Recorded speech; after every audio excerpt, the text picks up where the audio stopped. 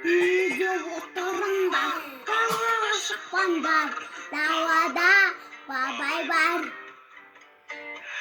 Үйде отырыңдар, далаға шықпаңдар, далада бабай бар. Бұл бабай кеп алады, адамды жеп алады, жеп алған не болады беу? Үйінде отырғандар сәуірдің 15-інде адуши демалады еу. Үйде отырыңдар,